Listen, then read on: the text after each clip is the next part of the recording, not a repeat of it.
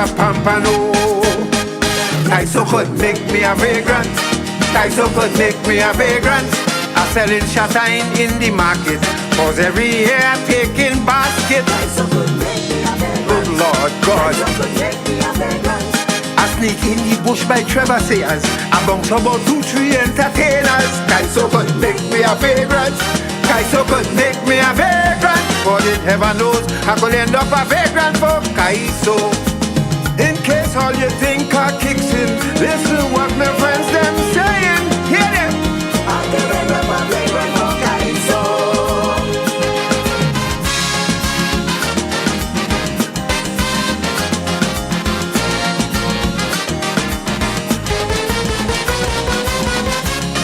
A little help, please.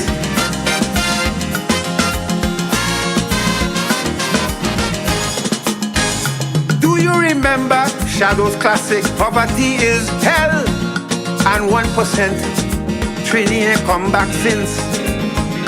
Iowa and Rhoda said, so long, no profit in Kaiso tongue. Going to war done with Kaiso. He convinced this Kaiso business could be really pure hell. Plenty singers disappear and lose their Eye on Dependency with Garth and Natasha. Reality radio, at its best, where every life is a biography. Sundays, at 10 a.m., and exclusively, on I-95.5 FM. And streamed live, on the Eye on Dependency Facebook page, and YouTube channel.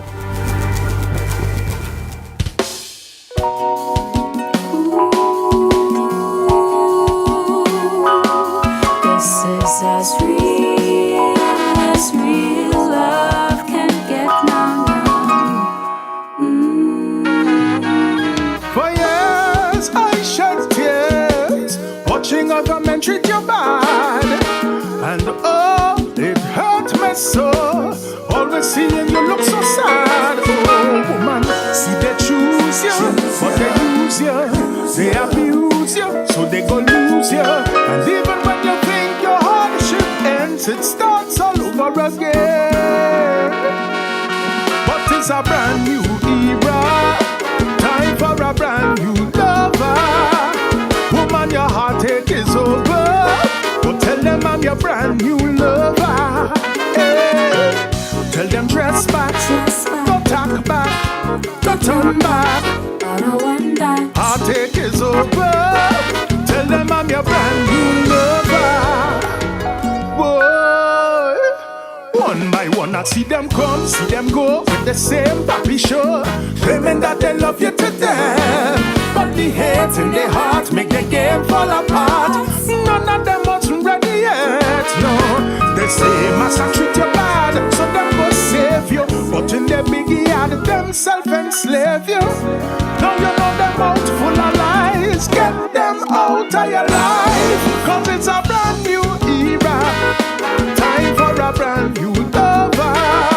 Right, so your heartache is over, but tell them I'm your brand new lover. Seem like they want to keep your vision and your mission trapped in the TV competition. Tell them jokers, you deserve a brand new lover. To the bridge now, they never really value the beauty that you got. Whoa, no. So they try to turn you into all kind of thing that you're not. Kaiso, they try to change your spirit and feel, manipulate your soul and the feel. But you knew that it was never ever. So tell them it's a brand new era. Some claim that they love the woman, but they love to push and shove the woman. Say they know how to treat the woman, but they love to batter and beat the woman. Some man claim that they love the woman, but they love to push and shove the woman. Say they know how to treat the woman, but they love to batter and beat the woman. But woman tell the man them love and licks, don't mix. Girl, if you fed up for the jump and kick, them and hear you say love and licks, don't mix. Girl, if you fed up for the black eye and the bus slip, say love and licks, don't mix. Girl, if you fed up for the jump and kick, them and hear you say love and licks, don't mix. Don't bother with it, because I can't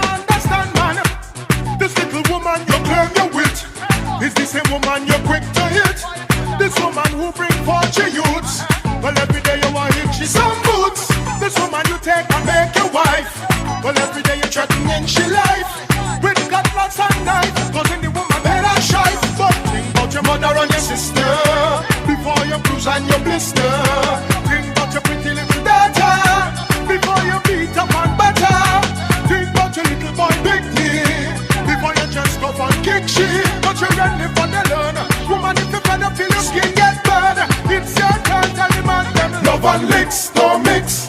Girl, if you fed up at the jump and kick, whatever you say. Love and licks, don't mix. Girl, if you fed up at the black eye and the bass lip, say. Love and licks, don't mix. Girl, if you fed up at the jump and kick, whatever you say. Love and licks, don't mix. Girl, if you fed up at the black eye and the bass lip. Well said, Mr. Shaq. And as we say, good morning to you, Trinidad and Tobago. Welcome to Dependency right here on I-95.5 FM, live on the Dependency Facebook page and YouTube channel. Good morning, Natasha. Good morning, Garth. Good morning, Trinidad and Tobago. Welcome to Dependency. Remember, if you are tuned in online, you're watching on our YouTube live stream or Facebook live stream, please like the live. It really does help the show. We have a packed studio this morning, so Garth, what do you? Yes, well, let me just say that we have, we've covered this topic so many times, and it never seems to get old because, especially around this time, carnival time, it escalates, and, it continues unabated. And we have 3 ladies in studio here this morning, well, 4, but who will introduce you to Dr. Rose in the next hour. But we have 3 ladies who have been speaking out and not afraid to speak out and speak up from their experience, just as we've done on Dependency from the beginning, sharing stories so that it can reach someone out there to let you know that you're not alone and there's no need to suffer in silence. And we are really pleased to have them here this morning, and we thank them for once again giving us the opportunity to help someone out there. So we have Krie, Kamika, and Akina. Akina in studio with us, accompanied by Dr. Oz from Dr. Oz's Healing Place. And we have a whole introduction for Dr. Oz, so you'll hear about that coming up later on. And of course, we have updates as usual from the CTU.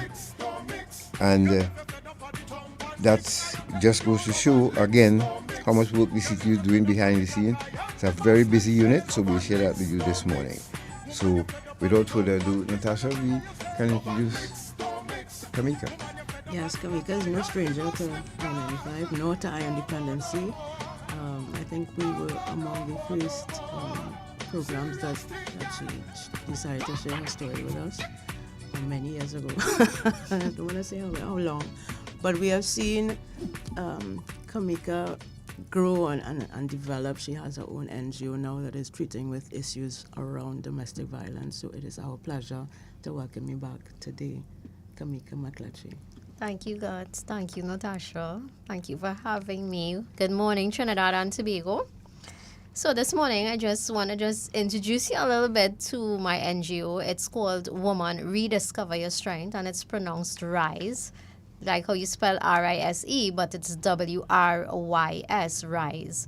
So at the NGO, we started off raising awareness and, just doing a little counseling, a little one-on-one individual counseling. However, as we did that, I saw the need for an intervention. I felt that women were leaving abusive relationships, but I felt that there was no real program to take them from just being a victim to a survivor to an overcomer. And a lot of times I felt that they would enter, whether it be transition houses or safe houses, and then they would leave the same way, which put them at risk to get back into another abusive relationship without any real healing taking place or any reconditioning of their mind. So we sat and we came together with a program. It's a year-long program where we have a series of workshops that run one into the other. And those workshops really deal with all the aspects of a woman's life that is affected by domestic violence. So you find we touch on things like overcoming trauma, forgiveness, assertiveness, self-esteem. We even train a little entrepreneurship and financial literacy and those type of things to really help women, parenting and all. So, out of that, I had the first set of workshops really coming out of that. I had some survivors that I'm really proud of. They are doing quite well. Some of them have businesses now. Some of them are able to just be a good parent and a mother. And, we may say that's nothing, but it is a big deal when you come out of years of abuse. So I have one of them with me, a young lady that I'm very, very proud of. She's doing quite well. Just like Natasha said, I've seen her grow, I've seen her develop. She has her own business now, and she's going from strength to strength. The young lady I knew 2 years ago, it's not the same person I know today. And I'm very proud to introduce her. Her name is Miss Krie George. And you're going to hear from her. Sit back and enjoy.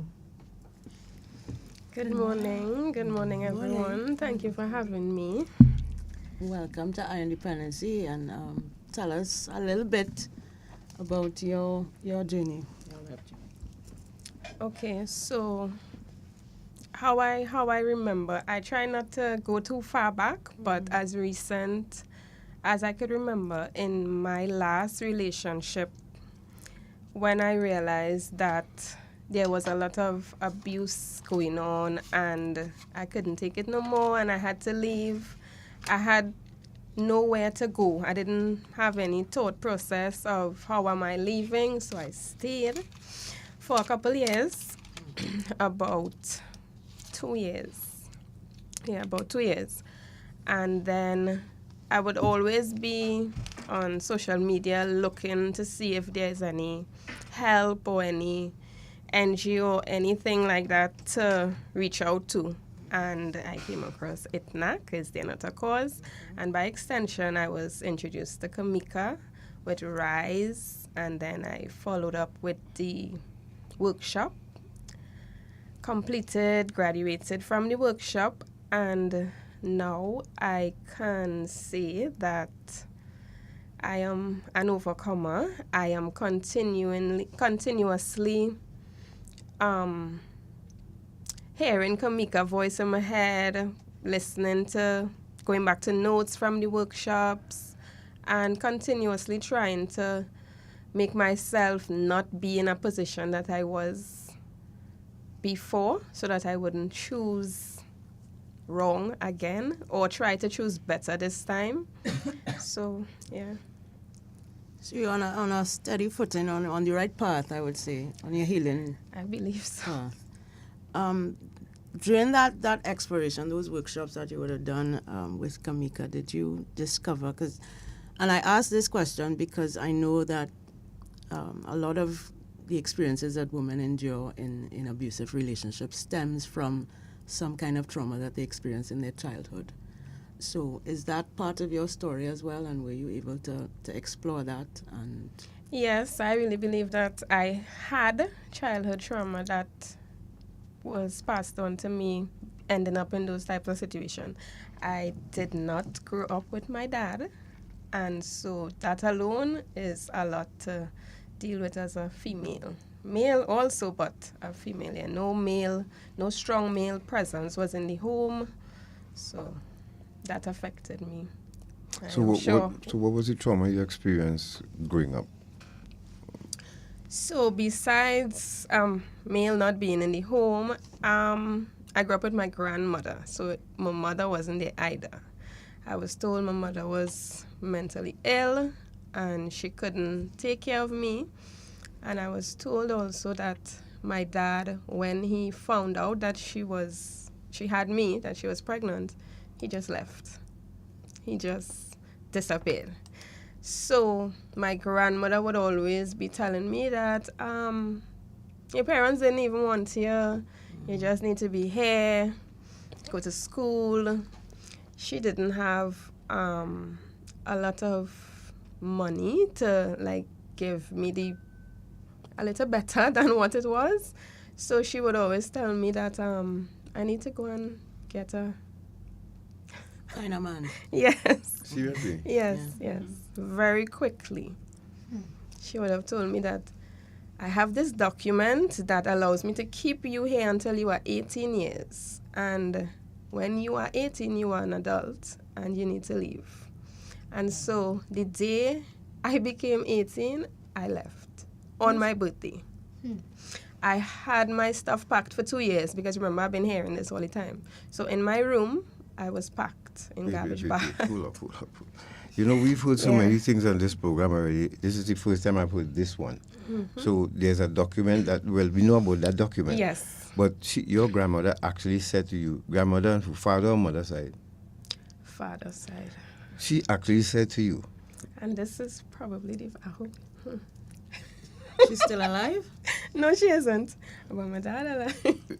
that you will have to find someone to take care of you Yes. as soon as you turn 18. Yes, because I'm an adult. Yes. Okay. Go ahead. So during that, coming up to the years, I was also groomed. Well, I came to find out that after, but I was also groomed from the age of 12 to 18 from my godfather. So because my grandmother did not have as much, she had these wealthy godparents for me.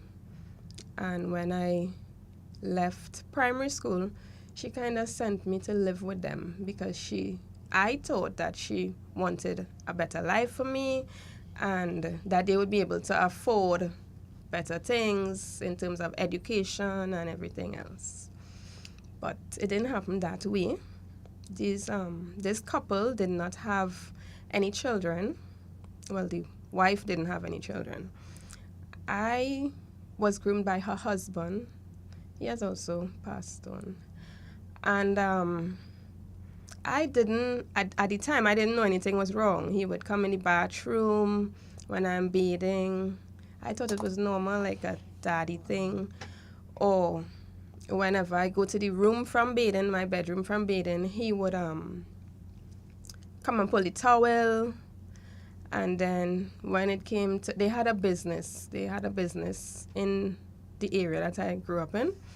And the both of them would give me money for school. I wasn't lacking anything financially.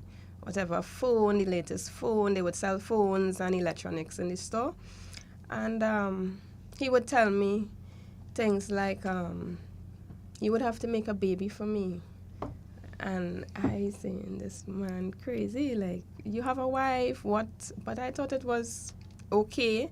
He would tell me that she knows and she is not able to have any children and it is okay and this is why I'm here and anything I want to ask him. He would also give me a lot of money.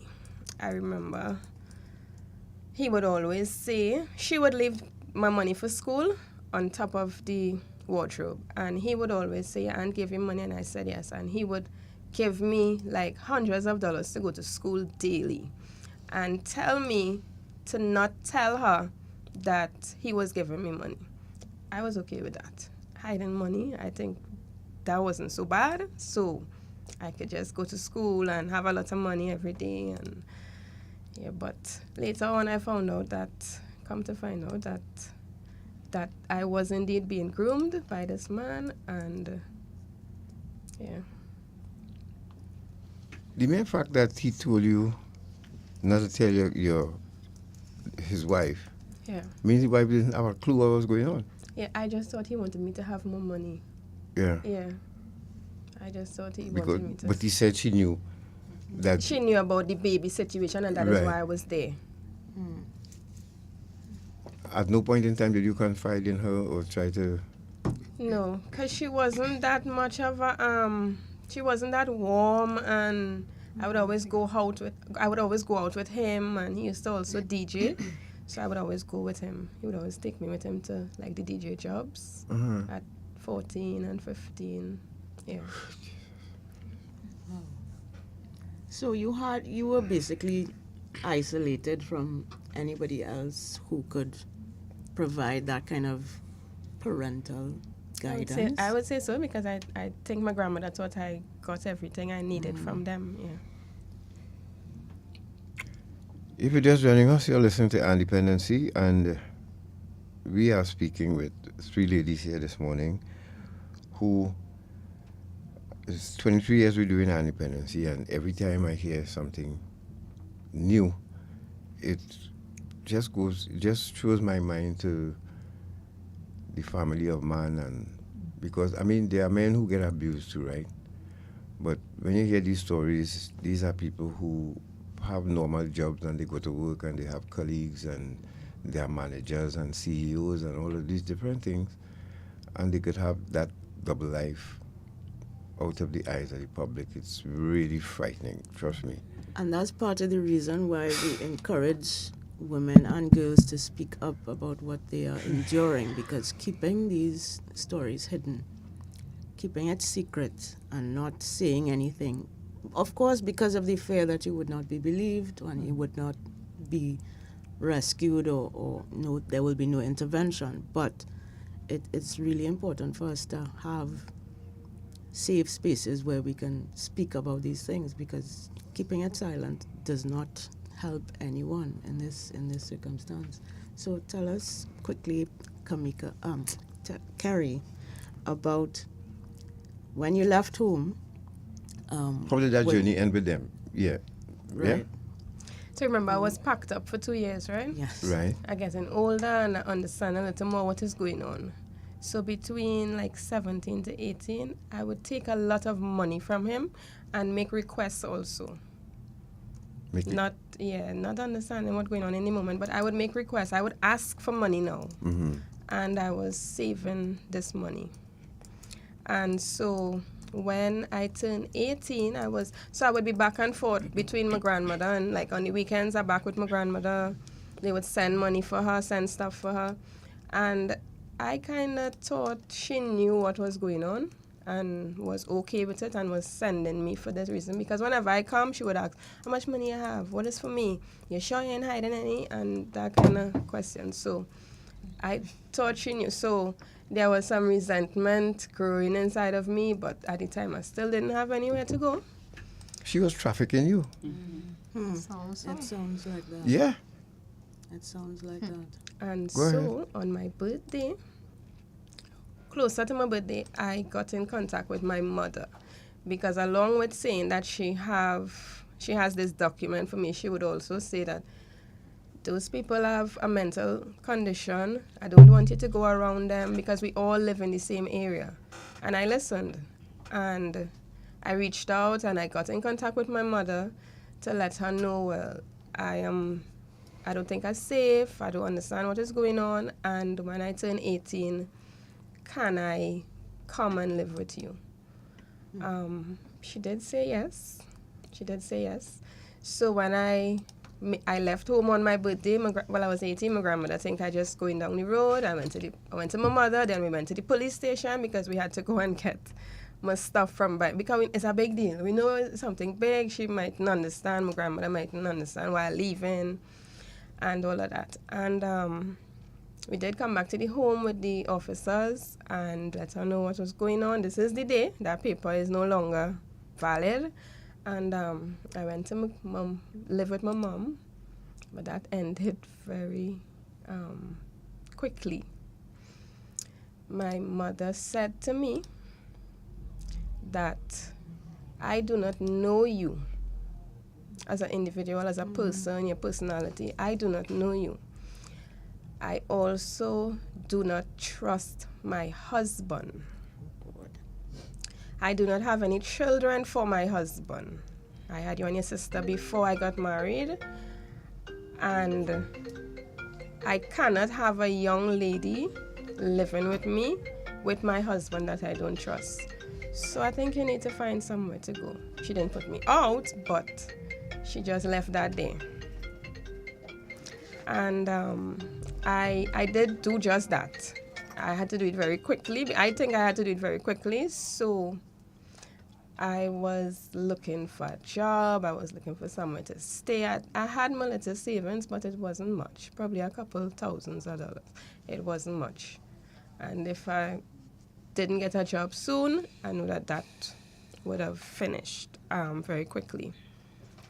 I only got 2 subjects in school, so I wasn't quite marketable also. Just maths and English, that was it. So I did get a job. I was looking in the paper and I saw jobs where you could live in, because that's what I'm looking for, a job where I could live. And in a couple months, I left by my mother and went to the job. I didn't know what I was getting into. The job was to do massages. All right, pause. Let's just go back to the part where your mother said you can't live in her house because She doesn't she trust doesn't her trust her husband. husband Yeah. with you in the home. Yeah. So I didn't feel any type of way towards. I understand that because she didn't know me. That was what she was basing it off of. She did not know me. but her job as mother is to protect you. So if she doesn't trust her husband to that extent that her own daughter is not safe in her own house, And that's what I understood it to be. how do you put your husband over your own child? That is very difficult to comprehend. I understand how it happens and why it happens, but that is We are working on our relationship now, and Wow. what I can say is back then I didn't see it that way. I thought that she was more protecting me, like she didn't want this man to do me something. So But I then don't want to. that still is correct. sick He's the one who because needs to go if that's the case. because if Natasha's sister come to live with us, she won't have to worry about me. If you understand what I'm saying. Yeah. So to not trust your husband or your partner with your own child, that says a lot about him as well. As a person. Yeah. Absolutely. But then we don't know what she grew up in as a mother. So maybe in her mind, that's the only way she Yeah. can protect her daughter. Right. You Right. know? Yes, understood. Yeah. But I think this is also which perpetuates the silence around it, because if she had gone through something like that in her childhood, and this is the reason why a lot of women, mothers, see their daughters or sons being abused by their partner and don't say anything, and subject their own children to that kind of abuse. Can I just Of course. Can I just say that hearing Krie share that is kind of very triggering for me, because I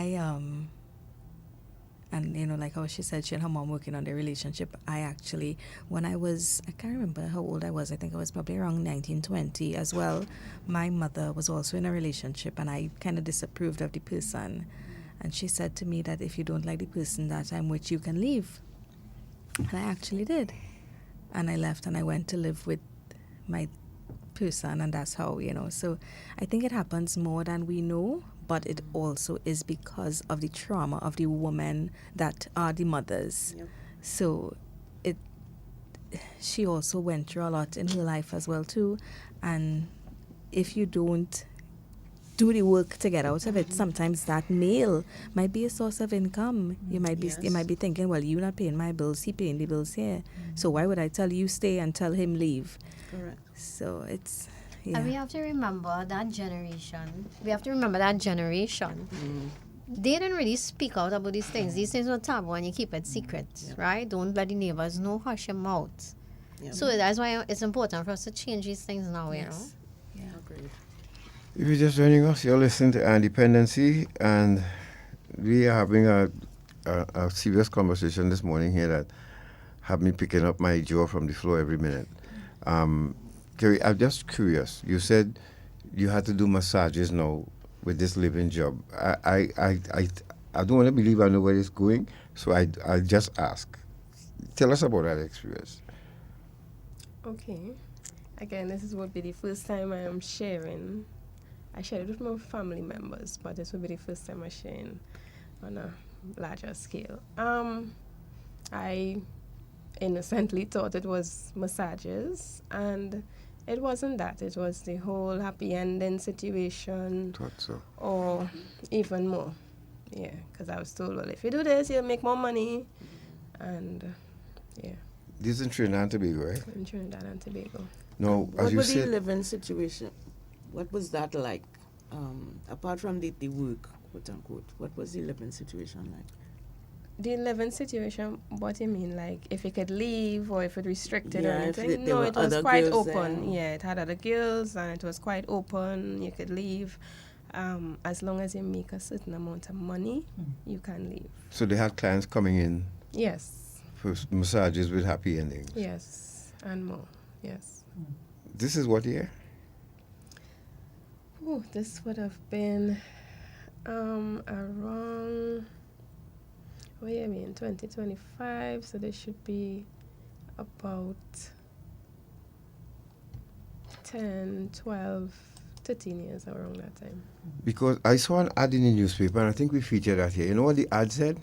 And it blows my mind that newspapers would actually accept, because of the money, And they know these ads. exactly what. You know what the it ad is. said? Wanted female who is not, I won't quote it verbatim, but what they're saying is the ad says they're looking for a female who's rejected by her family. What? Yeah. And I have it, I think I saved it, I would read it. Those words on the paper?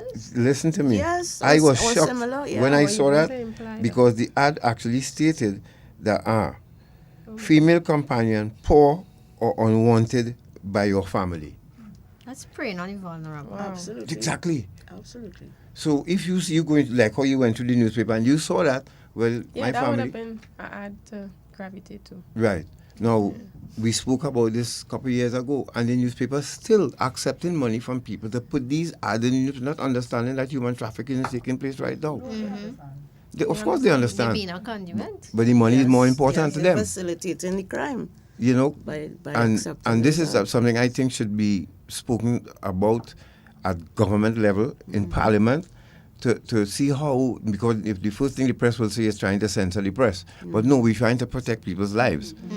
And newspapers should not accept these ads to put in them because for the sake of the almighty dollar. It's that simple. So eventually you left that relationship. Oh, that working That working situation. Yes, yes. What made you leave, or what? I got pregnant by Client? yes. You see, right there, you just needed to bring this lady here alone. I mean, this is a whole journey that, is, Akina, it sounds familiar too? No, it's just as a mom, I just find myself getting very emotional because I'm just thinking about, as a mother to girls, you don't hear these things still happening in the 20 now, and knowing my situation, and I, it just makes you think about what if something happens to you when your children go through these things, and it's just it's scary. Yeah. It is scary. And like I said, to know we have these people walking among us. That's it. Yeah. And some of them are even respected and revered. People we respect. As people who could be. So I would love to hear about the type of men that would have come in there. Yeah. A lot of young men, a lot of old men. It would vary. Young men, old men, middle age, almost anything. They refuse nothing, even underage young men. Yeah. Do you know if all of the other workers were over 18? Were there any minors there that you know of? Yes. Yes. Yes, of course. Yeah, the minors are the better, well, for them. The more attractive. Yes, the ones that look younger, yes. Yeah. These are the minor attracted individuals that would come and seek these Yes. minors. They have a name for that now, right? Politically correct. Minor attracted individuals. Okay. Minor attracted individuals. Oh, that's No the longer name. use the P word. No. Oh, Yeah, they're narcissists. There's virtuous pedophiles, then there are minor attracted individuals. Okay. Yeah. That's the name officially. Yes, Well, there's that a is what group. we interviewed. spoke with one. We interviewed somebody recently. who belongs to a group called virtuous pedophiles. What? Yeah, we don't want to go off track here, but Yeah, and I Yeah, hope we can we- get permission one day to to play that, broadcast that interview. interview, I have yeah. asked, and so far, the powers that we say no, we don't think you should air that, and I stand with them, and I hope as we grow, eventually, because these people exist among us, my dear. Yeah. Well, that's what we think. That's what we so, think, but I guess. But it's really just like the prophet we interviewed that triggered a lot of people who thinks Yes. that you can rape your wife and not get charged for it. Yes. It's something a song similar.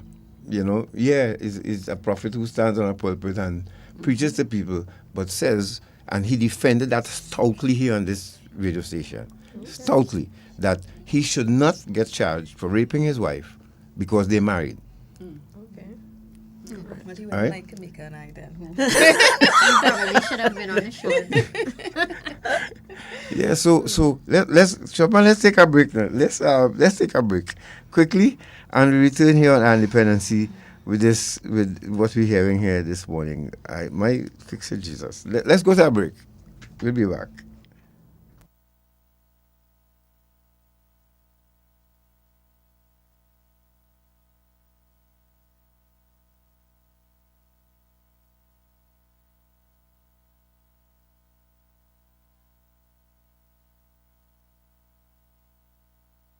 Yes, girl. Line here with this weirdo named Larry. I'm getting rid of him now.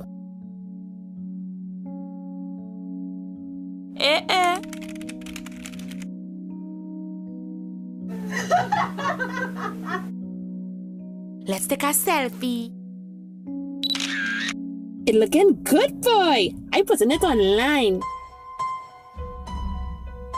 Hey, I thought you say you went to the beach with your parents. Who's you? It's me, Larry, from online.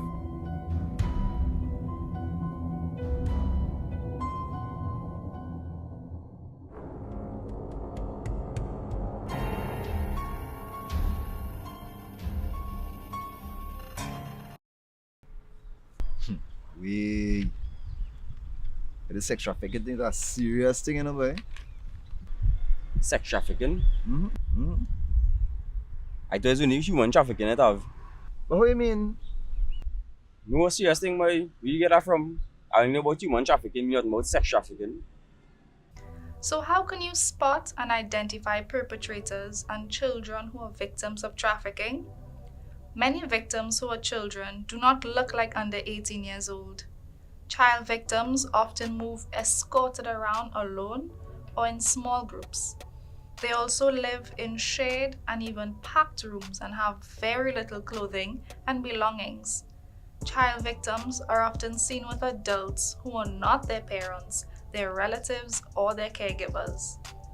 Migrant children are often unaccompanied and separated from their parents. Child victims are often engaged in work that is not suitable for children. They are often deprived of their freedom to go to school, to play, and to enjoy being a child. Perpetrators have unexplained sources of income and possessions. They are businessmen and businesswomen running legitimate and illegitimate businesses. Perpetrators may appear to be the victim's friend, boyfriend, close relative, or employer.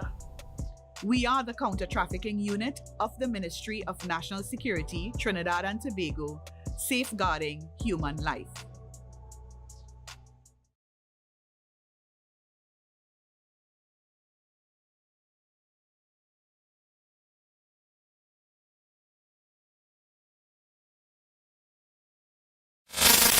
Join us this Sunday, February 16th, for episode 7 of Eye on Dependency, where every life is a biography. Love and licks, don't mix. Girl, if you're fed up at the jump and kick around my you say love and licks, don't mix.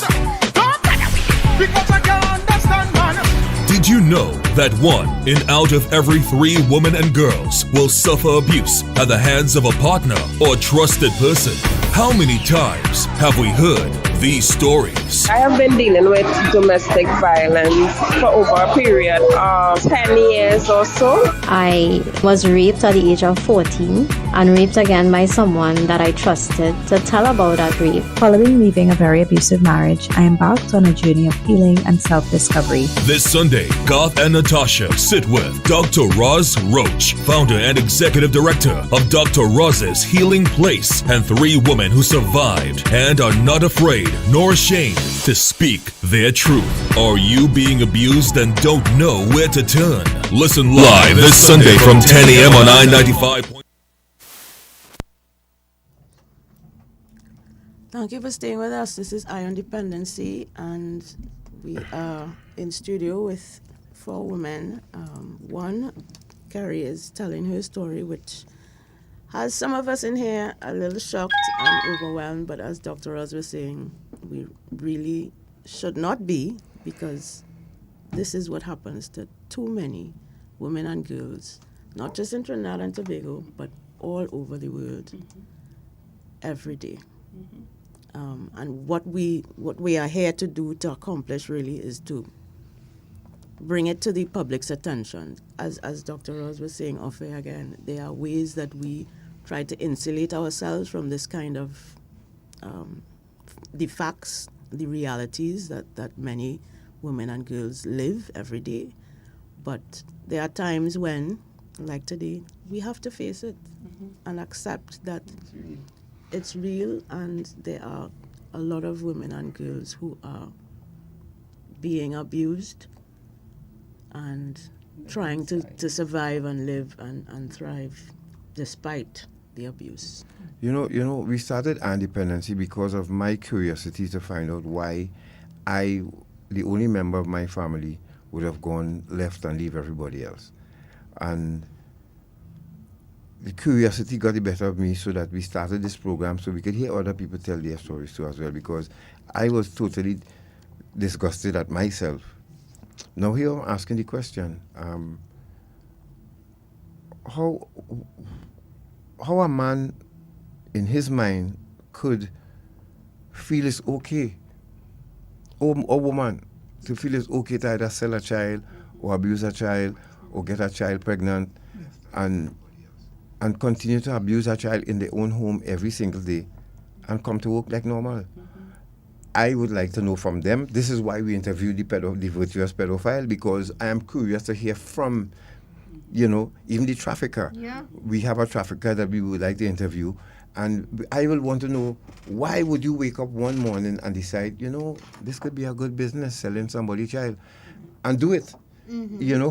I would like to know from them what goes on in their brain and head, and what think it's okay to go home and sleep at night with their family, knowing that they have a child right now with a client. So you got pregnant for the client. Yes. What happened?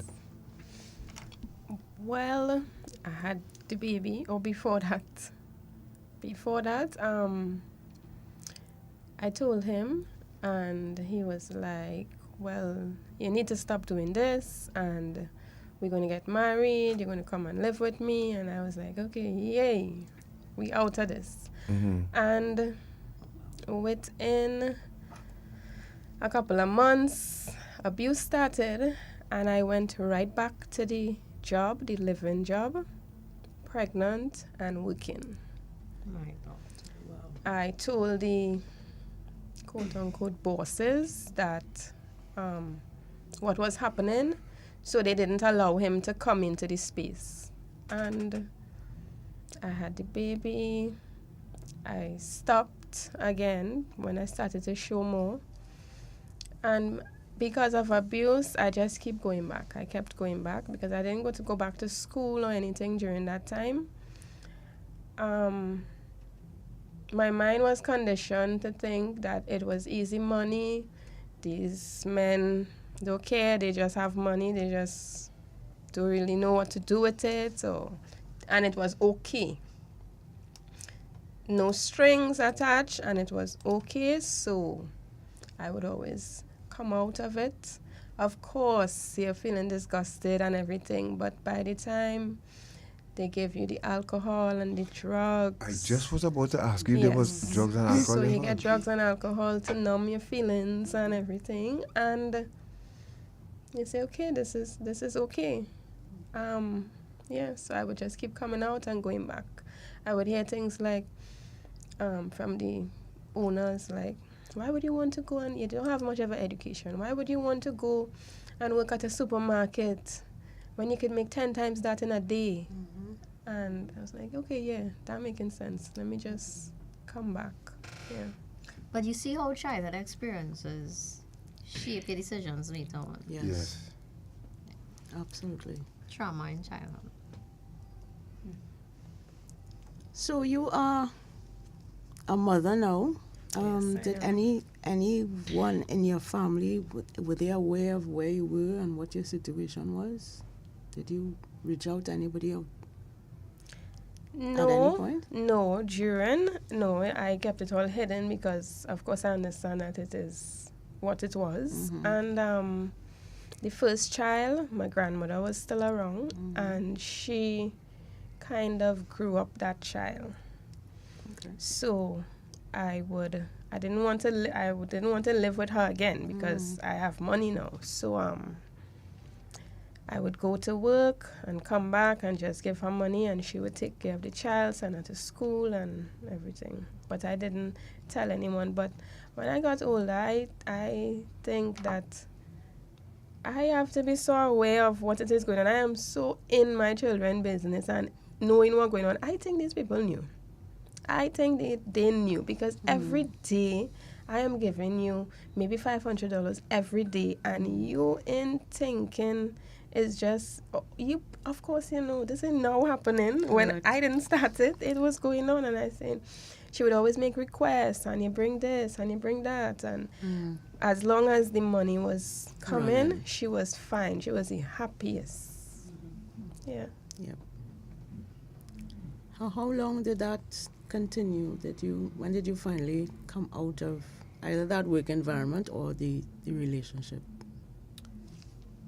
About 2 years. Yeah, about 2 years. Everything. I came out of the work environment about 5 years, but all of the abuse would have ended about 2 years ago. Oh, you mean the entire span of abuse? Yeah. And what prompted that escape? Had you tried to leave on previous occasions? And I did. How did you? I did. manage? But the only thing different with the last time leaving is that I secured help before leaving. So all of the other times I didn't have anywhere to go and everything, and then I would end up right back in the same situation. But the last time I sought help before, and that is what secured me not going back, I believe. Now, did you at any point in time feel cornered to the point where you felt, look, no point in me reaching out to anyone because, you know, this is my fate? You accepted that at some point? Of course, from the beginning to the end, of course. Not until I saw it had help. Yes, of course. I was thinking people wouldn't understand. This is okay. I had one of the young men's mother told me she was living right next door. And she knew what was going on because she living next door. Next door, like physical situations happening in the yard, who being dragged and all that. So she's seen it. So I would run over there and she would tell me, girl, she would give me food and try to comfort me and say, because this is her son, right? And she said to me one time, you ain't go through nothing yet, and you know why I went through with this man I living with? He do me so much worse. The father of your children or child? Yeah, one of my children. One of your children. His mother was living next door. Yes. And she said. Why you haven't gone through anything as yet. Okay. He heard that. And so I would bring it up in arguments saying, well, I am not as strong as your mother. I cannot take this anymore. Right. She is strong. It was as though she was saying I was weak, so I needed to go. Yeah, I say I am not as strong as you. I can't take any more of this, and it is not okay anymore. So the cycle continued then. At least in her mind, clearly she's seeing the cycle of abuse and trying the only way she knows how to offer some kind of comfort. Well, Natasha, I have found even with my experience that some older women, they almost wear the fact that they stuck through that abuse as a badge of armor. Yes. And I know I shared with you all, like, my experience of going through it in religion and that kind of thing too. I got it a lot with older women in the church and stuff. They tend to say that this is something that God allowing you all to go through so that you could come out stronger at the end and things like that. So when you're young and you leave, or you're young and you're talking about it, it's like Krie said, you're not strong enough. Yeah. So they accept this as a part of life. Yes. Yeah, I have my neighbor one time when I wanted to leave. My neighbor said to me, she said, I stay, I enjoy it. You just study that. You ignore him, ignore everything, and focus on your children and stay. Don't get up and go nowhere. And you stay for them children. And they even tie it in, bringing back to the assets and the things that they accomplished. You feel we get this just like that? You feel we have this all this business just like that? We would have gone through this and that to be able to be where we are today. Yeah. As if it's normal marital problems. Yes. Yeah. Normalized. This violence and abuse is normalized. And I just need to say the hard piece here. Yes. And the hard piece is that all of us, let's talk about Trinidad and Tobago. We grew up in an environment where we believe in the church and God, and we were told that till death do us part. So whatever we go through, we believe deep down that till death do you part, so you don't leave an abusive situation. And this is why it is documented 1 in 3, but it's actually 3 in 3. So, Kamika,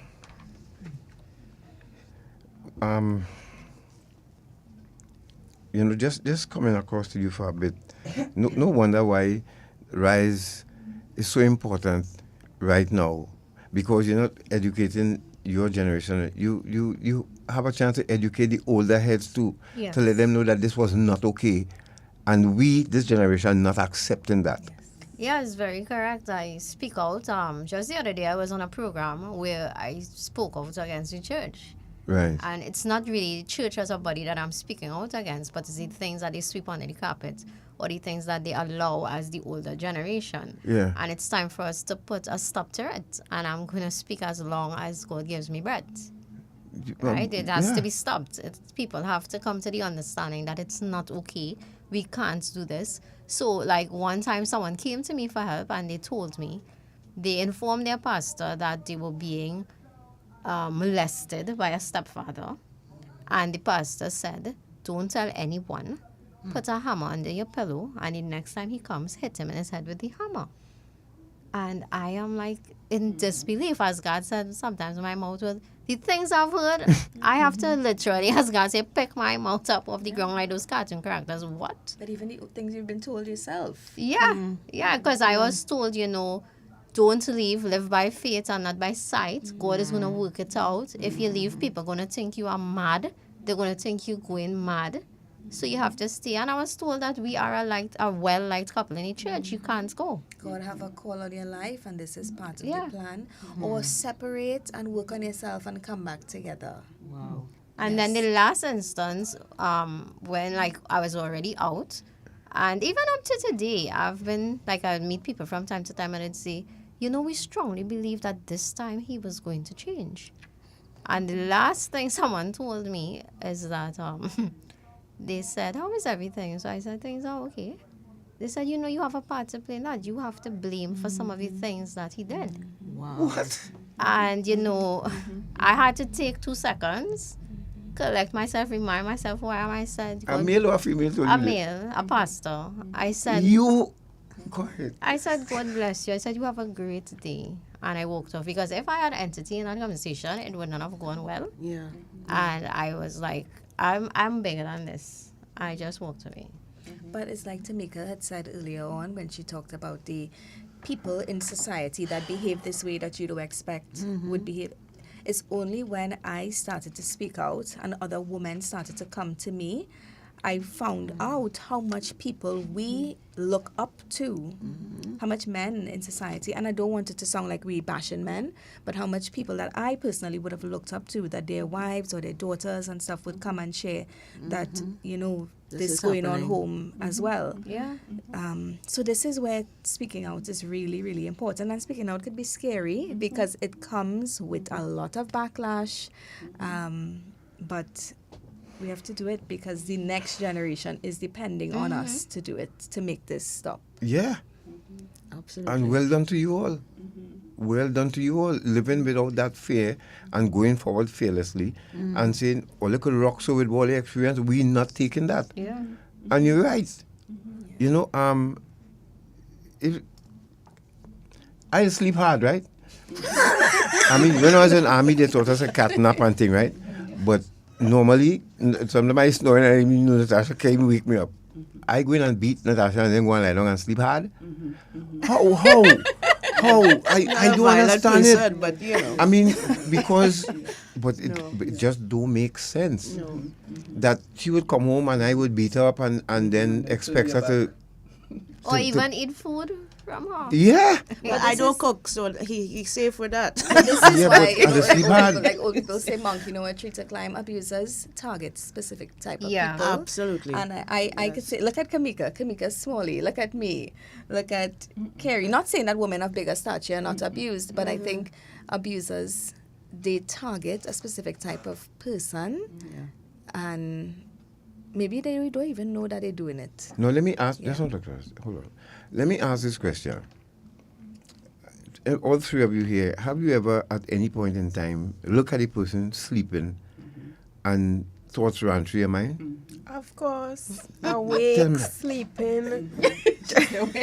Listen, of course. Yes. And that was around the end when I know I don't think jail was I can't do it. And then the children, I was like, no, them thoughts have to go. They won't go in. So I needed to go. Yeah. Yeah. Kamika, coming to you, remember you telling us certain you endured a lot too, you know, because even as a pregnant mother, you were asked to tell our listeners about that. Now, I still can't believe that.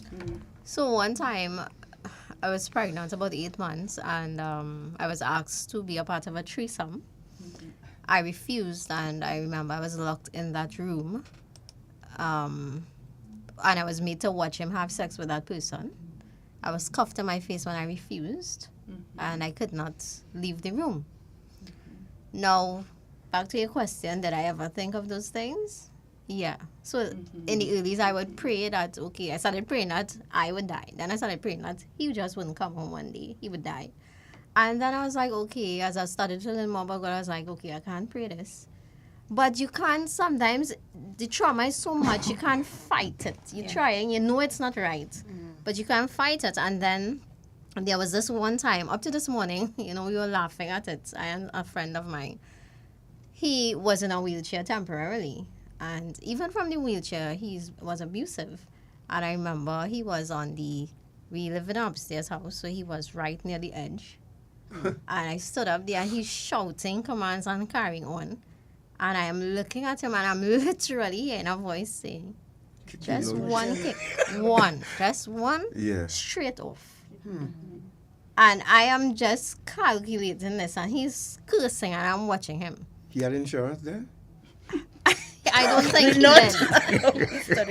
I wasn't thinking of that. I was just thinking, like, so before, like, there was a time before where he came home from cheating, right? I knew he was cheating because of stuff I found in the car. And he beat me, right? And he went to bed. And I thought about throwing hot oil in his ears, right? There was another time I threw hot water on him while he was sleeping. So I had those moments, but like Krie said, I didn't want to go to jail. I thought of my children. And that day when he was there, I calculated it, and I was like, I could just see the wheelchair roll off. Yeah. Right? And for a split second, I just heard a little voice say, do not do that. And I walked away. I went back inside and I left him there. But I had those thoughts, and it was something I had to battle with. Is it that the victims of these crimes have a conscience? Because why not perpetrators think before they raise their hand to hit somebody, to hit your wife? Women in these situations, they think of the consequences. You think of having to go to jail. Somebody come for you if you do this to another person. If you but remember, the abusers don't have that fear. It's funny, I was telling somebody this just this morning, because I shared the ad, and they told me that they didn't know that I had been through these things. And I don't know if you all remember, when I was on the last time, I would have shared that the physical abuse only stopped when my dad got involved, because I would have kept it quiet for so long. Right. So I think in my experience, in my story, he didn't think that anybody else, or that maybe I wouldn't really share with anybody else, or that, because that was actually when the physical stuff stopped. When I shared with my dad. And then also a therapist told me that one of the reasons even now that post leaving that I'm alive today is because I started sharing my story. Because the individual or people like that, they do not want people to know that they are actually that way. Yes. So now it becomes like a game or a race to show that she was lying. Because look at me, I'm not like that now. I am this, I'm this person, I doing this, I doing that. So it now becomes like a competition for people to discern who's telling the truth versus who's lying. Yeah. Because they can play such a good role. That is so true. Because my abuser, he said that he needs to come on the radio and tell his story so people can see what an abuser I am. I found that was so hilarious. Yep.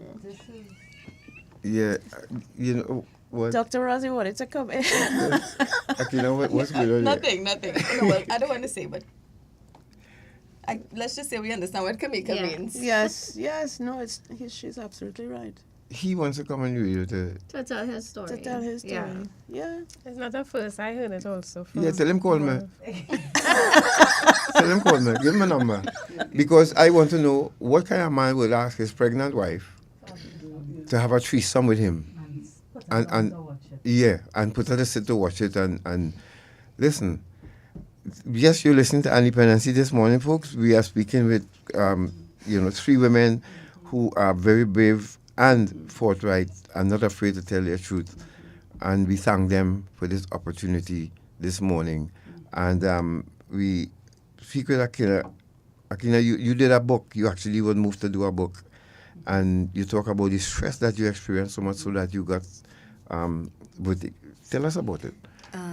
So that, like how Krie said, her leaving point was getting pregnant. For me, my leaving point was getting vitiligo. And a couple other things too, but that was really what kind of made me start to take myself more serious. It was almost like I was starting to get upset with me. For the uninformed, can you explain what is vitiligo? vitiligo? Vitiligo is an autoimmune condition that is often triggered by stress. So Dr. Roz might be able to mention that a little bit more as a professional. Autoimmune diseases tend to have a direct link to stress. And vitiligo is one of them. So, and women are obviously more susceptible to those autoimmune diseases. Yes. So when I started that, and then I also went through a career change. So I was a very quiet person growing up by nature. So even while I was in that relationship too, people didn't really know what was going on. And then we presented ourselves, and I presented it. I was an accomplice of this too, as the perfect relationship, the perfect family, directly linked to what I was told by people that I trusted in the church as well too. So this was the first relationship that I was in.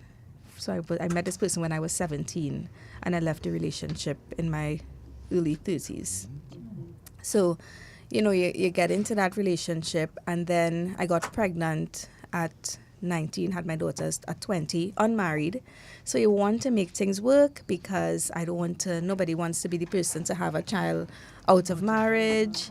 And then the relationship it just continued because people would encourage us, you're such a nice couple, do the right thing, this and that. Even in going to counseling by certain people in, friends, trusted people in the church spaces that we were in, they would have known that the abuse was happening.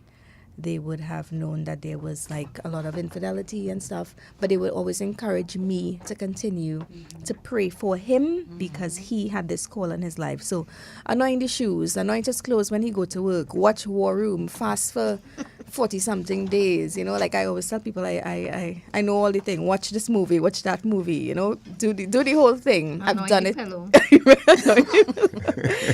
So I've done it all. Anoint the shoes. Yes. Did they show you how to do it or give you the instruction how to anoint shoes? Well, yes. If you don't know, it comes. I mean, I don't want any listener to think we're discrediting the power of prayer or anything like that. I'm not. We are not. But I'm just trying to, thinking back to it now, I think back of how crazy that was to think that I could manipulate a person's behavior by my actions. Even God doesn't do that to us. Yeah. So to be taught that you could do this thing to change somebody is crazy.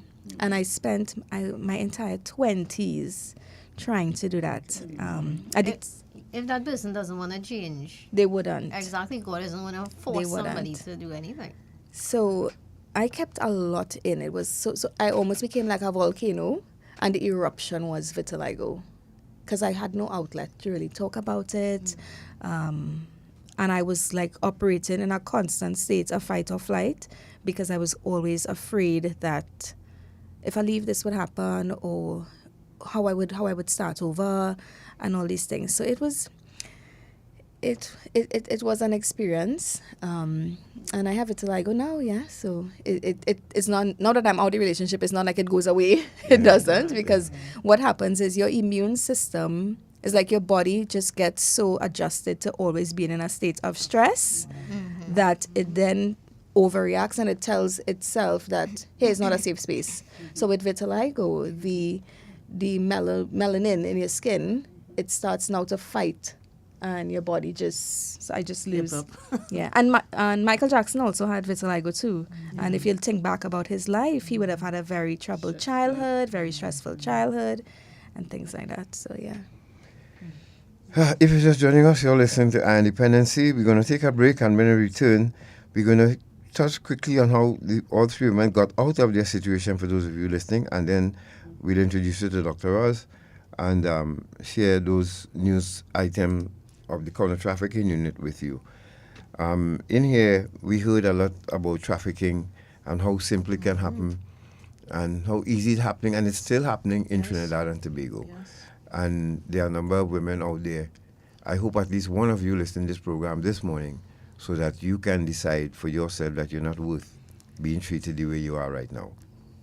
Let's take a break. Those of you, welcome to those of you on YouTube and Facebook. Remember, you're new to the channel. Please like and subscribe to both channels, and we thank you very much. If you're having problems on Facebook, as we normally do on a Sunday, please hop over to the YouTube channel. It's always up and running. Let's go to a break. We'll be back.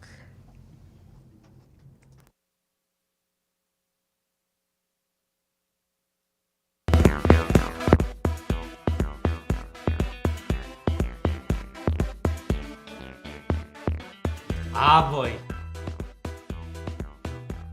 feel like going and buy myself a senorita tonight. Nah. You know you might be promoting slavery. Slavery? What you talking about? Hey, modern day slavery or human trafficking is just what some of these people just do. You know some of these women were tricked to come here? Some are held against their will, abused, and even beaten.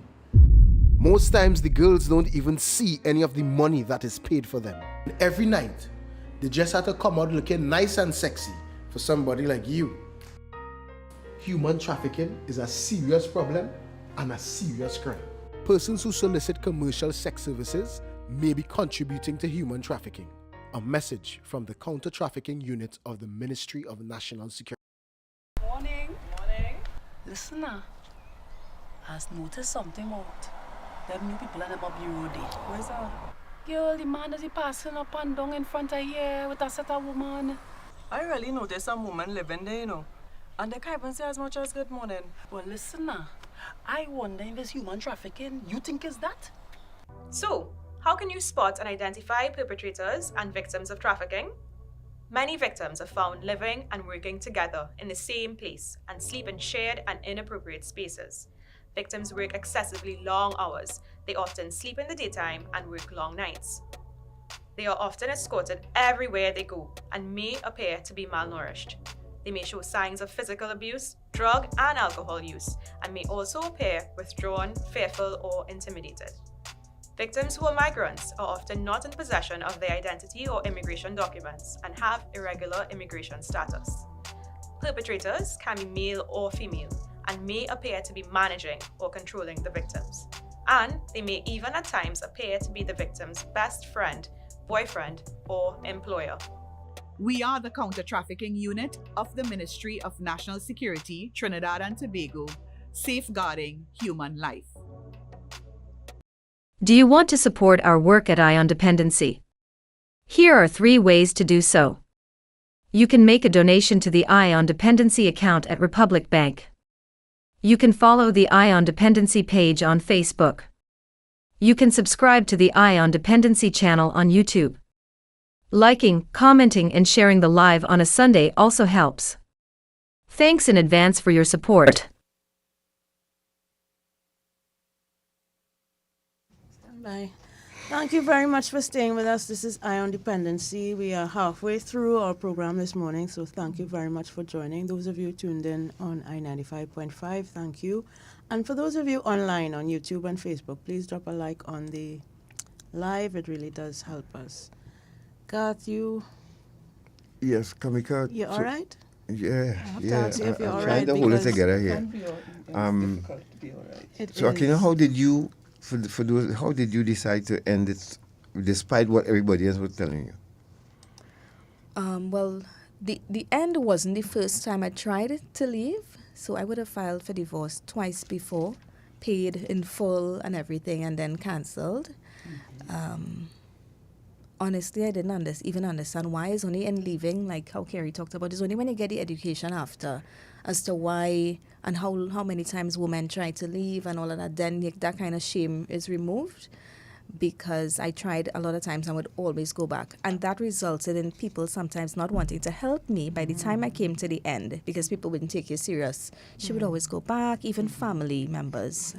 So, but what really brought it to the end for me, funny enough, it was not any abusive thing. I was in between careers, and at the time I was leaving that job that I was in, and it was because of an injury and getting vitiligo and all of those things.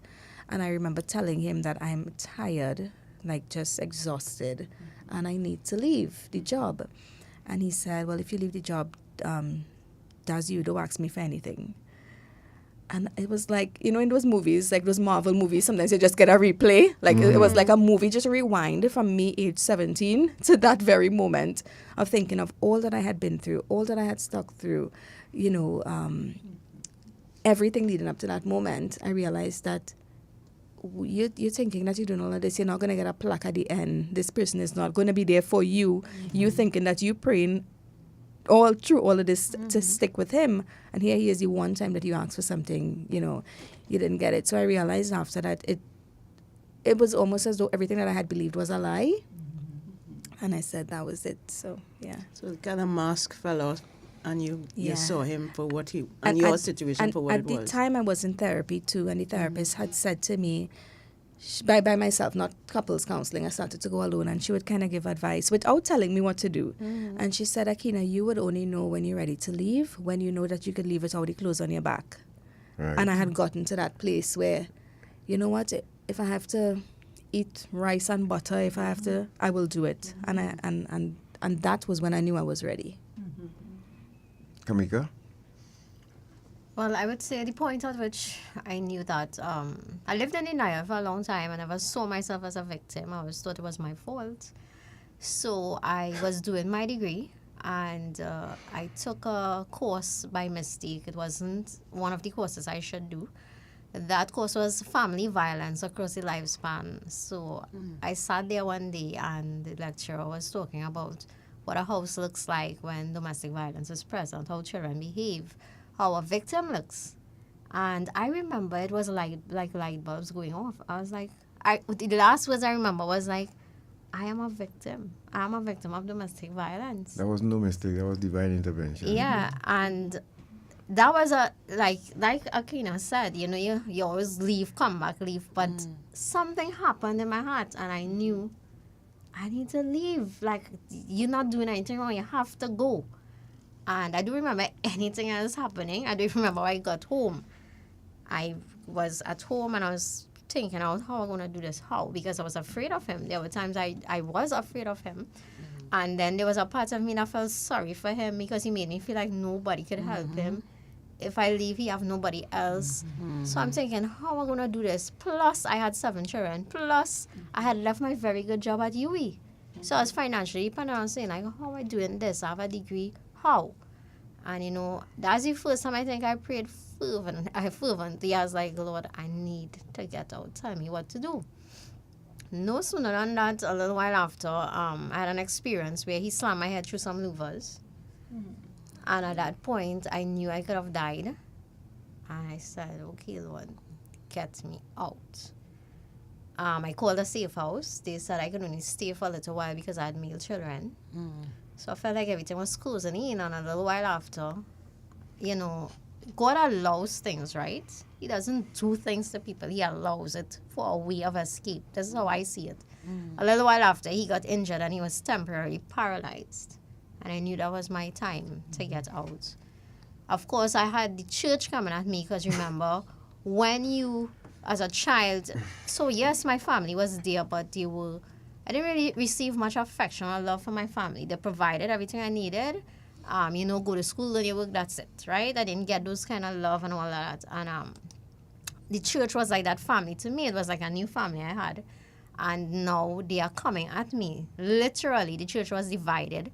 I would go to church and half the church would not speak to me. And the other half would say hi, but, you know, I would get that. And, you know, so leaving now, saying I want to leave, I had them coming against me as well. And when he got injured, they were like, no, he's going to change now. You can't do this. And within that injury, I saw, as soon as he got a little strength, he attempted to abuse me again. And, you know, his hand stuck in the air. I think I told you all about that. I again, probably divine intervention, I believe is God. And I said, no. So I said, okay, I'm going to do this. He tried to kill me more than once. I have to do this. I trust God that he's going to protect me. And I went to the police. I did everything I had to do. And I know he has horror stories with police. But again, I met good ones. I went to the Mover police station and they took care of me. They walked me through step by step. This is what you have to do. Officers would pass on the street. When he left, they came a day and they said, you know, you need to cut this tree. You need to do this. The yard is too dark. He could hide in this. They really were there for me. And leaving was hard because when he left, well, he left without his clothes. So we had to pack it up and get it to his mother's house. But there I was now afraid because I don't know. It's like more fight or flight. You can't sleep properly because you don't know when he's going to come. You don't know what he's going to do. So it was intense to leave. Leaving is a dangerous time. But I also learned that if I got my voice back, if I learned to stand for myself, he would see a different Kamika. And that is where I started working on that, taking the healing, the therapy, all those things. And that's essentially how I got out. Krie, before we come to you, Shortman, could you line up Dr. Ross, please? That's video D. Line up that for us in the meantime, please. Krie, for you, how did it go for you? So for me, it was quite different. It was one of those thoughts. I actually made a move on one of those thoughts. And I was hearing him quarreling and all of that in the background, but at the same time, I was hearing something else. And it became very real, and then the thoughts went silent. It was as I was looking at him and I wasn't hearing anything. Then I heard walk, and that was it. No phone, no money, no children, no clothes, no nothing, just walk. He said, where you going? I said, I just walking out the road. He said to me, you know, when you walk out, you don't come back. Because of the fact that I left many times like that. Because I thought that you just take a walk and you come back. And he said, you go with the children, because I know you won't leave with all of them. I had 3 of my own and he had 2. We shared 1, so it was 5 in all. And I said, you all come. Let's go for a walk. We never went back. Me and the 5 children. Wow. Me and the 5 children, no cell phone, no nothing. Clothes, food, nothing. I know he waited. We just didn't come back home that night. Where did you go? So I got a phone call And remember, within the process of leaving, you're leaving your mind first. So I had already left a couple months before, planning this situation, having numbers stored in my head, because taking a phone and searching a phone, you have to remember to, when it is he is not at home and you are at home, and if you're making a call and you're on the internet, you have to remember to delete this and delete that, because he's going to check that phone when he come back. And so the numbers became stored in my head. I got a phone call, and I was able to reach out to someone that was able to come and pick me and the children up and continue the help process from there. Me with the 5 children. Yeah. Jesus? Yeah, we have to keep this going. Kamika, you know, we allowed you to stray too far from us. And that shouldn't happen.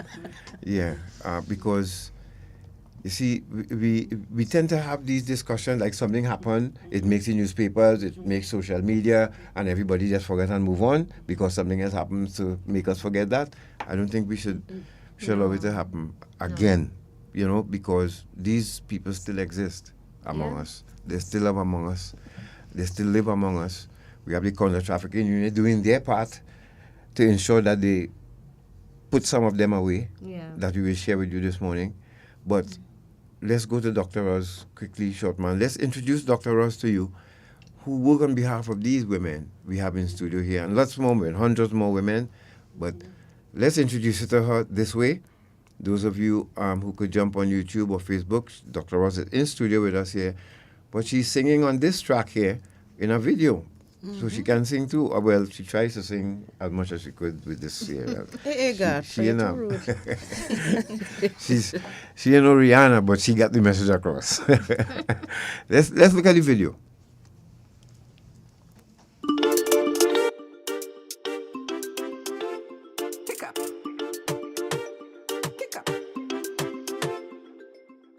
Can't touch this, can't touch this.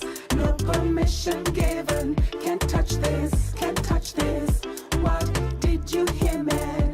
Take your hands off me. I'm heading to my destiny. And you know, no means no, no, no, no, no, no. No means no, no, no, no, no, no. No means no, no, no, no, no, no, no. No means no, no, no, no, no, no. Can't touch this, can't touch this. This is my own choice. Can't touch this, can't touch this. I'll say when to get close. Do not try to impose. My body is my own. My body is my own. No means no, no, no, no, no, no, no. No means no, no, no, no, no, no. No means no, no, no, no, no, no, no. No means no, no, no, no, no, no. Can't touch this, can't touch this. This temple is my soul. Can't touch this, can't touch this. What the hell do you suppose is happening when you get close up to my pose? Close up to my pose.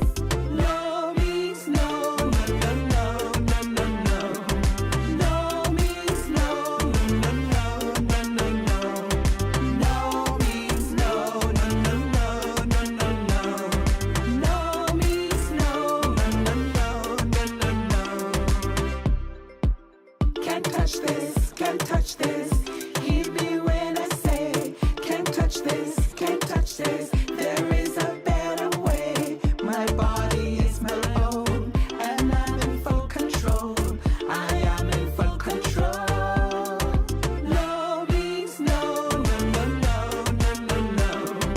No means no, no, no, Three women, and I'm seeing the reactions from the others around.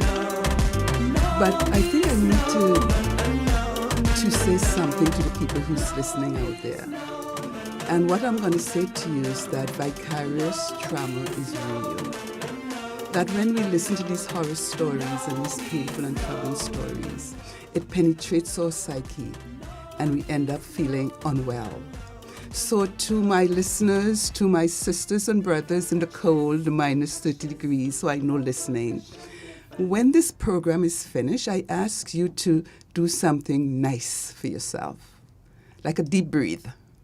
Take a deep breath in, take it deep down into your toes, and just let it go.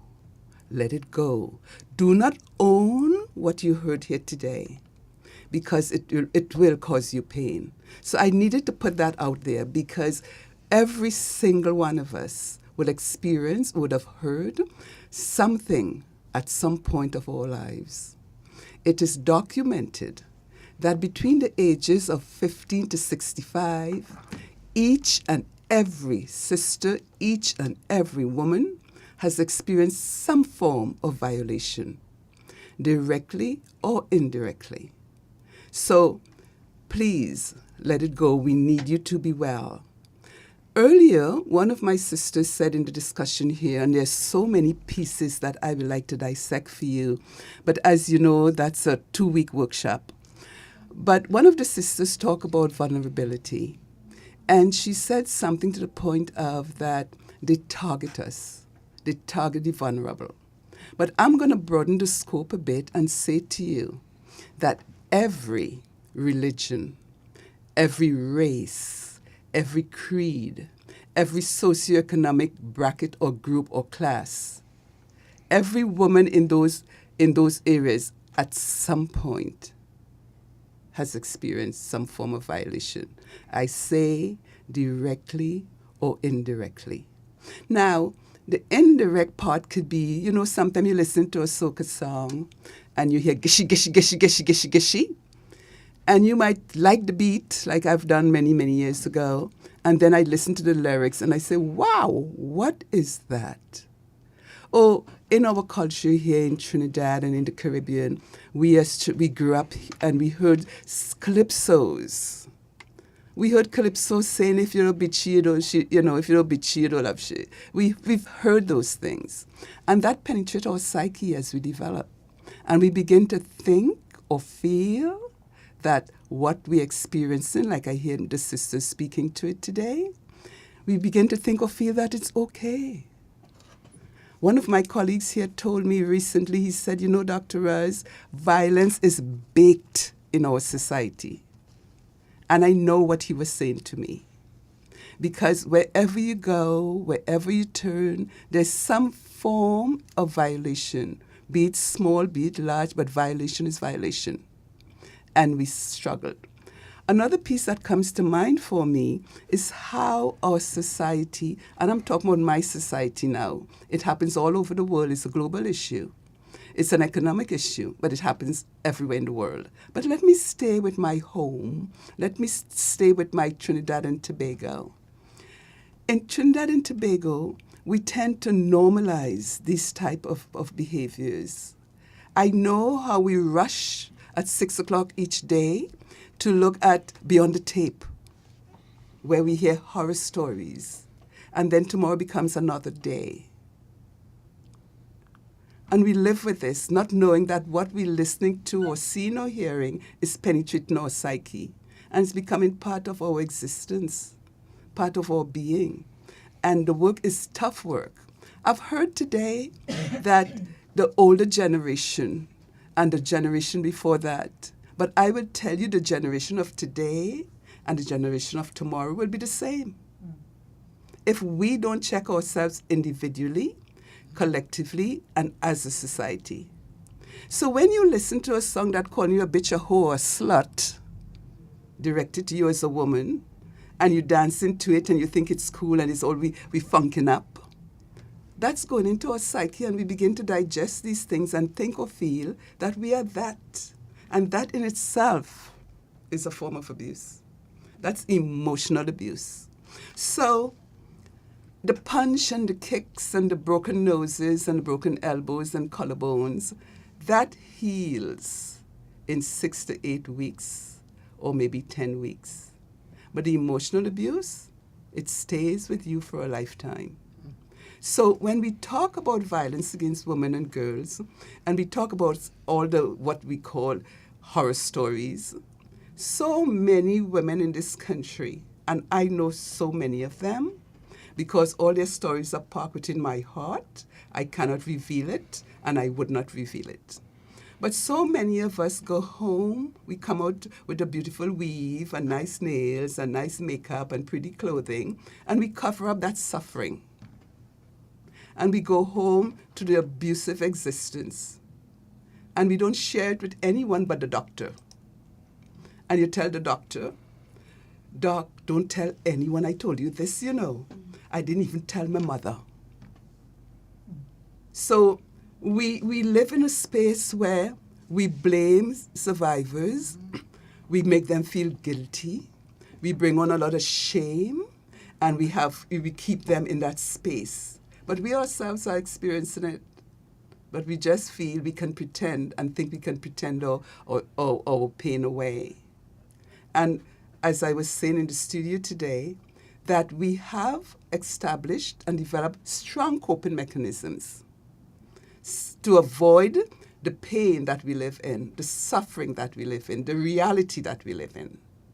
We have these coping mechanisms, which could easily be denial, or it could be avoidance, or ignoring, or it could be blaming and shaming. We have these mechanisms in an attempt to protect ourselves so we can continue to live day by day. But what we don't realize is that when you live in a violent society, the entire society would get sick. We digest and penetrate all the stories and the experiences within our bodies, within our minds, within our spiritual world, and then we manifest it in our bodies.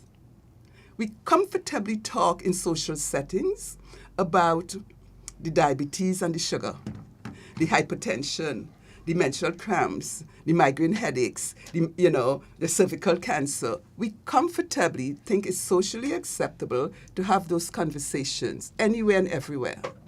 But we never stop to say, what is causing all this in my delicate body?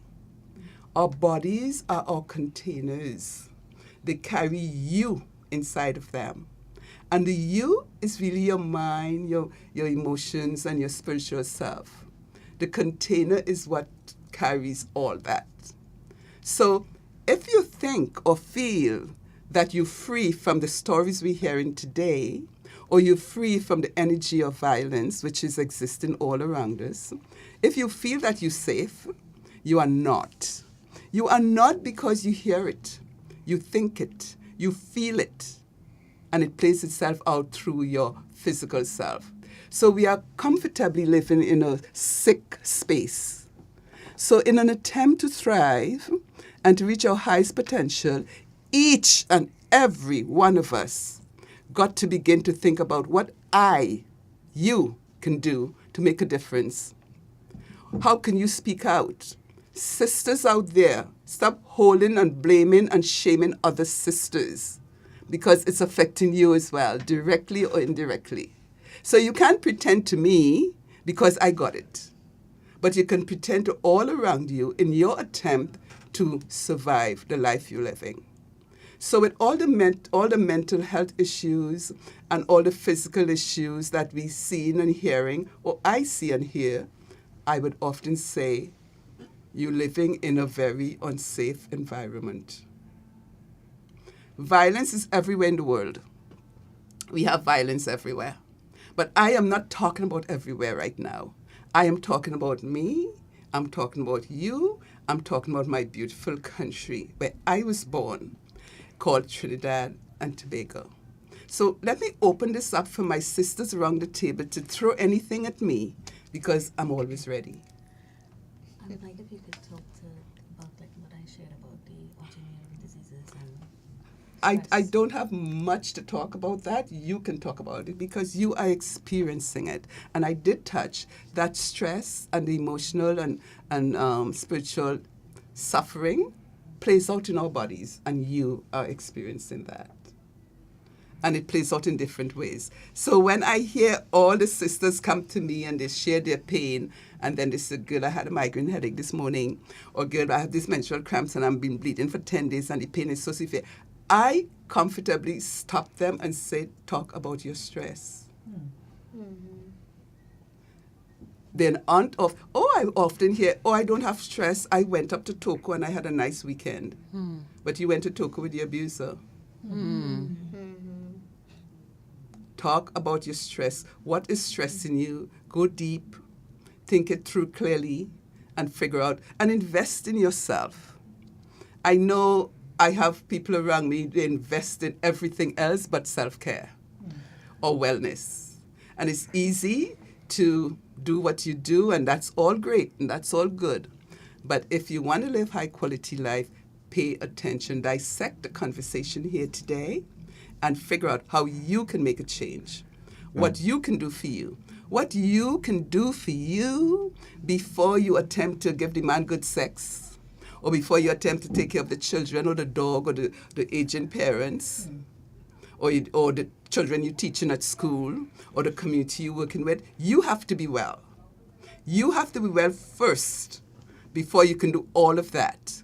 And if you aren't able to take care of you, clearly, don't pretend to know how to take care of me or anyone else around you. No, Dr. Ross, let me just ask, Dr. Ross, you have Dr. Ross Healing Place. How did you come up with this, and what help do you offer to women? Okay, now that's another full-day workshop, but I'll be brief.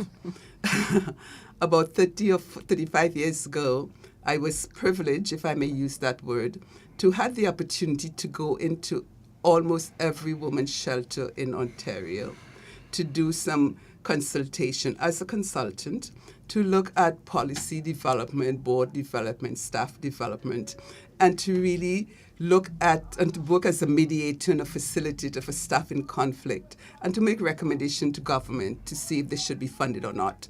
So I was in a very, what I would call, I don't want to use the word powerful, but in a very high decision making for the lives of everyone.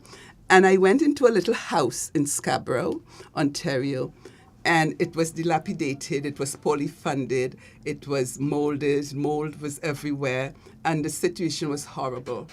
And I remember leaving as a consultant one day, going back to my vehicle, and a child, a 3-year-old child, and keep in mind, I'm a black woman. In those days, I'm a black woman with dreadlocks. In those days, you see me and you would stereotype me and you would think, oh, she's a drug pusher, she's a drug user, she's a criminal. And that's the life we live on the other side as wearing dreadlocks in the 70s and 80s. It was unheard of. So I would say I paved the way for a lot of women today to wear dreadlocks, here and over there. So I'm leaving, and I'm a strong Caribbean accent. Where you see me and you hear me, and in Canada, you know I'm black and you know I'm from Trinidad. I was determined to be that. So this child, this little white child, came to the door and grabbed my skirt and wanted to leave with me. And I thought that was very strange because I looked different. I was different to everyone around me. I spoke differently to everyone. I had my own uniqueness. And this child was brave and strong enough to want to leave with me. So I said to the staff member, I said, where's the mother? The member said, well, the mother's upstairs sleeping. The staff member helped me unlock the child's fingers from my skirt. And I walked to my vehicle and I sat there and I got filled with tears. And I then thought I would close my private practice, raise $5 million, and build a center for women and children who are fleeing violence. A space where they can heal, a space where it's conducive to healing. And they would do all the programs that would be needed to cure their trauma.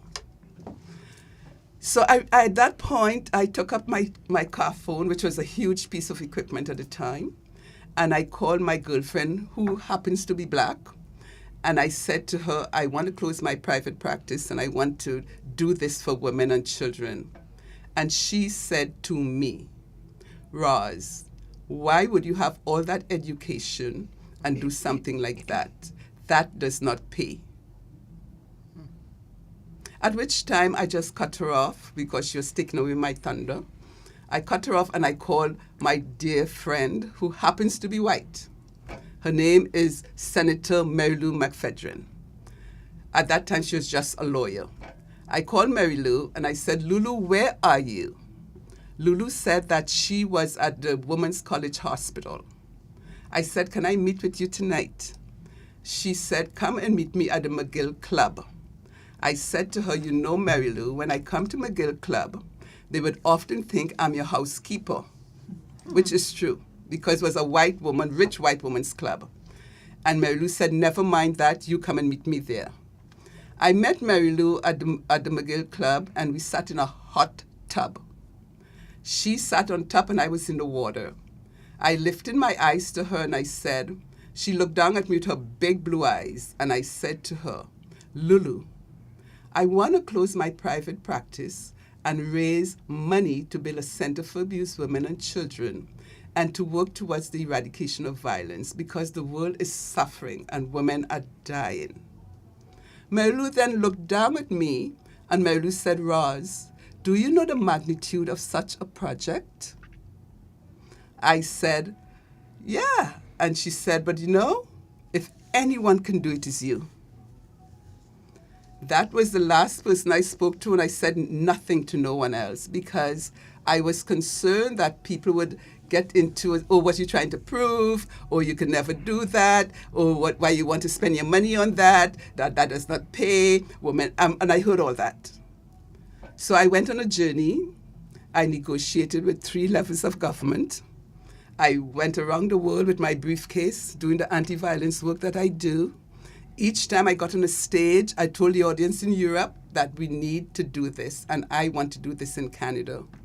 So 6 years later, we opened Dr. Roz's Healing Place, a center for abused women and children and youth at risk, with a mandate working towards the eradication of violence locally, nationally, and globally. At that time, I began coming to the Caribbean and helping women in Trinidad and Tobago for the last 35 years, and here I am today. Continue. And I need to say, as you clap, I need to say this. I was just awarded the Terry James Award from the Toronto Police Services, which I'll be receiving on the 21st of this month. Wow. And I needed to say to the audience in Canada and to the audience wherever I speak, what I did was not for praise, was not for recognition, was not for awards, but I did it because it had to be done. And the work we're doing in Trinidad has to be done. And somebody got to step up and join me to make this done, make this happen. I'm blessed that I have a team here in Trinidad, the Sisters Calling team, made up of 10 key players in the country. And we are doing, every month for the whole year, we'll be doing anti-violence work. We insist that we're going to keep the message in your brains.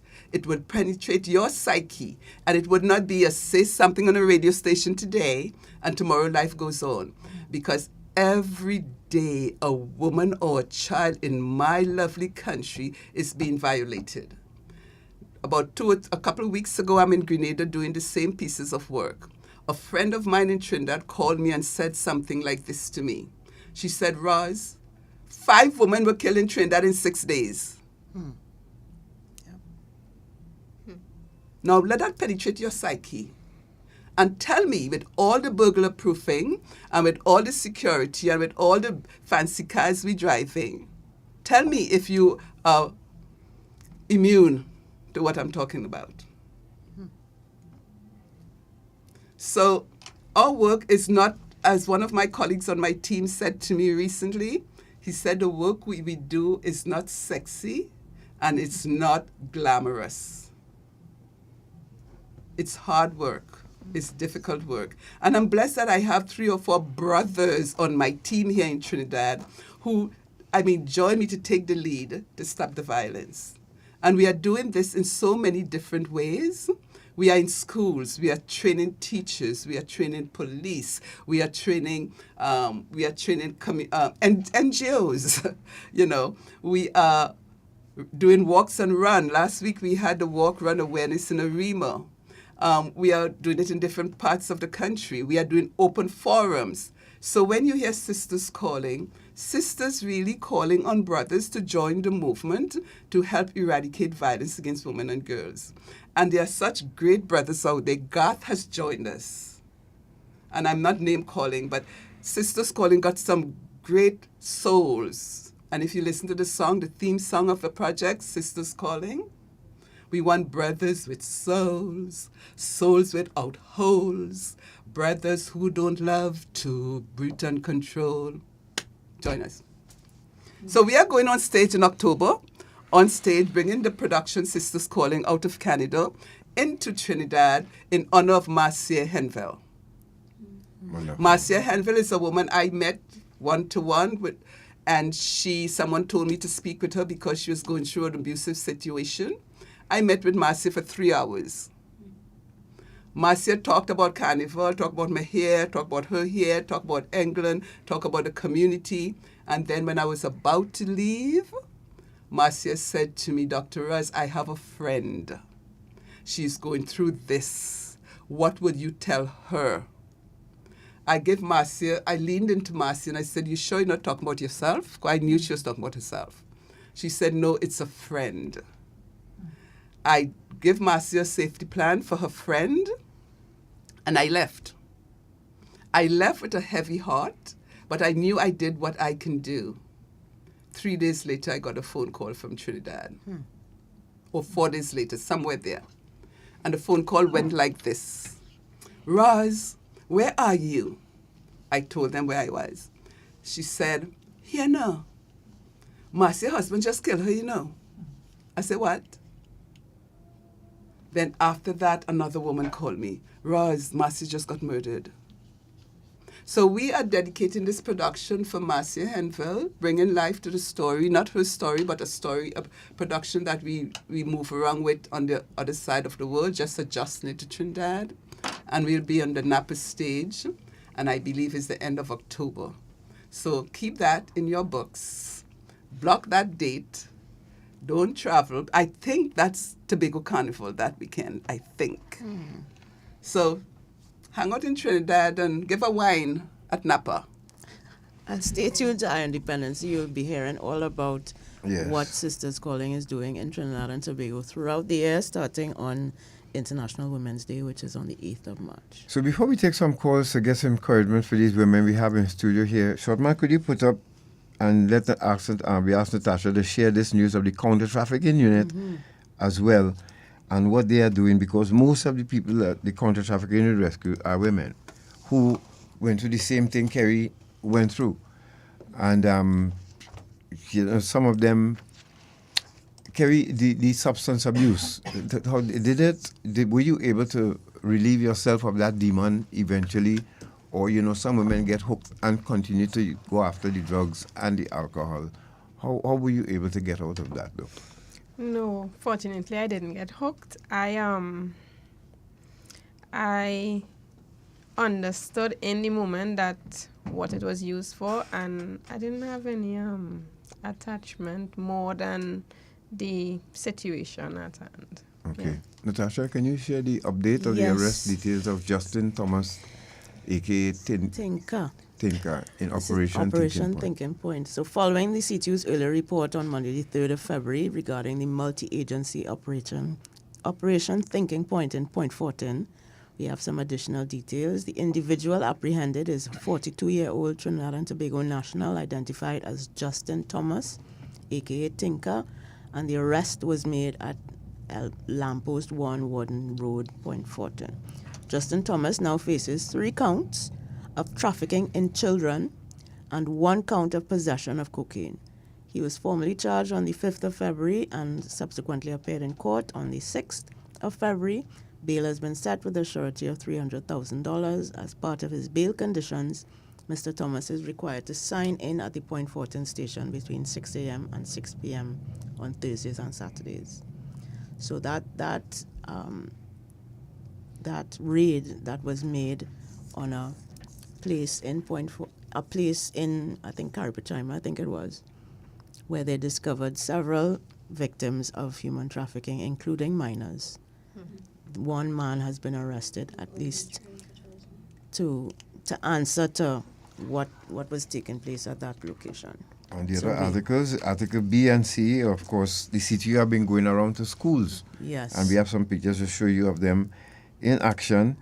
They've been going around to schools and sensitizing. And this is the age group that, the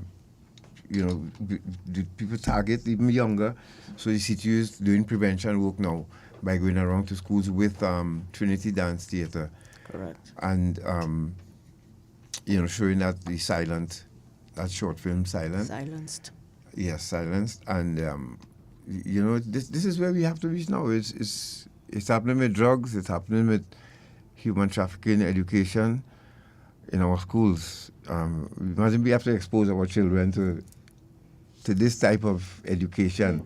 Apart from what they already have to absorb in school, now we have to school them on Sensitize this. them about human trafficking. Yeah, because they are not only are they at risk themselves, but they can learn how to protect themselves and others from this kind of exploitation. And that young lady who's coming from a poor family need not give in to the taxi driver who would obviously realize the situation and take advantage of it. Yeah. Yep. Go to the next slide, short man.